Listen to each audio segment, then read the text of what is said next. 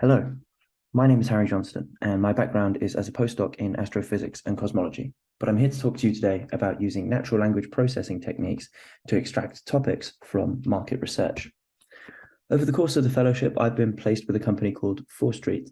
Forestreet are motivated by their intuition that pay-to-play dynamics and search engine optimization are currently ruining the ability of the average company to do effective, unbiased market research. Unbiased meaning that you would see all of the companies relevant to your desires without those companies having to pay for the privilege. Forestreet's philosophy is that the client should only have to put in some favored domain names, some keywords, and then we should lead them through an AI-driven discovery process where they up and down vote domains that we show them in order to teach the algorithm exactly what it is that they're looking for. And then we scrape those companies' websites for their textual information, and we run our other set of machine learning algorithms to churn out market-leading and unbiased case studies. One of the things that we want to return as part of these case studies is a topic analysis. And this is useful because it allows you to categorize a market into submarkets and summarize it at a very high level. It also helps the client to narrow down their search in this way. And it can form a compelling commercial tool for Forestreet to be able to sell their software platform to potential clients. So how are we going to get to a topic analysis from text data? Well, as I said, we scrape text data from company homepages to begin with. These data now need some cleaning, some pre-processing. What we do is we reformat punctuation so that we can understand sentences. We detect and flag or remove named entities such as locations, organizations, people. We detect and remove languages that are not detected as English at high confidence. We do some sentiment analysis and flag or remove pieces of text that are clearly sentimental and not particularly informative for definition of topics. And we also identify junk content like cookies, terms and conditions, privacy policies, other things that exist across all websites, but are generally not very informative. And then the result is that we have a clean set of sentences per domain. And from these, we actually pull some candidate topic labels as well. These are the most frequently occurring words and phrases, and we assume that those within that list will exist some pretty good topic labels for later use. Next enters BERT. BERT is a transformer. And a transformer is a sophisticated neural network model, which is the current state of the art in natural language processing. And what these models do is train against many billions of sentences on the internet and learn by the positions of words within sentences and how frequently they appear near to each other, something about the semantic meaning of these words. So what these models are very good at doing as an intermediate step is converting sentences into a numerical representation, preserving this meaning.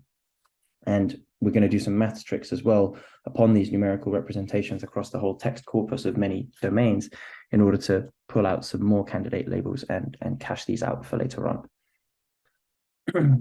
Now, these numerical representations are often quite large and unwieldy and difficult to do analysis on, but if we do a bit of dimensionality reduction, which is effectively simplifying them down, then we can actually cluster the sentences together within what we might call semantic space.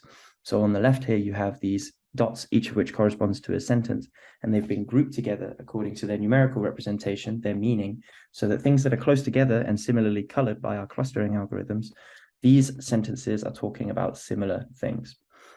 Now, if these sentences talking about similar things constitute topics, how do we go about naming them? Well, we can start by looking at the frequency of words within a topic compared to the frequency of those words and phrases in all topics. And in some cases, if you convert that into a score, you get a clear leader like anti-money laundering, which is actually a pretty good topic label. So we want to retain that.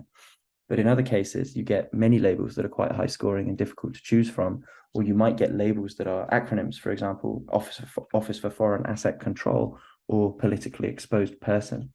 And so in these situations, in fact, in all situations, what we will do is use these scores to compute the center of each of these clusters or the centroid. And then we take our candidate labels from earlier on, we take the numerical representation of the centroid, the numerical representation of the candidate labels, and we match them onto each other. And what we end up getting is that we retain anti-money laundering in the top right, which is good. We manage to get fraud prevention out to summarize those words in the bottom left, and we get sanction screening to cover the acronyms from the bottom right. And you can see some other examples of topic labels that came out for this study, which was to do with financial crime. So I hope I've convinced you that what we're doing here is useful and interesting. What we've achieved for Forestreet is a set of more informative topic labels than were previously generated by the previous model. and have a more intuitive connection to the domains sourcing them, because each of those points in the semantic space corresponds to a domain. You are able to easily tell the user which companies are talking more or less about a given topic. Because of the way we've designed this model as well, we've retained a greater degree of control and flexibility over the previous model. And because of the way that transformers work with different computational architectures, this model is also much more scalable. So this is great for Forestreet to be able to roll out onto their platform. And we actually have a roadmap to deployment, which we will hopefully get done before the end of the calendar year. Thank you very much for listening.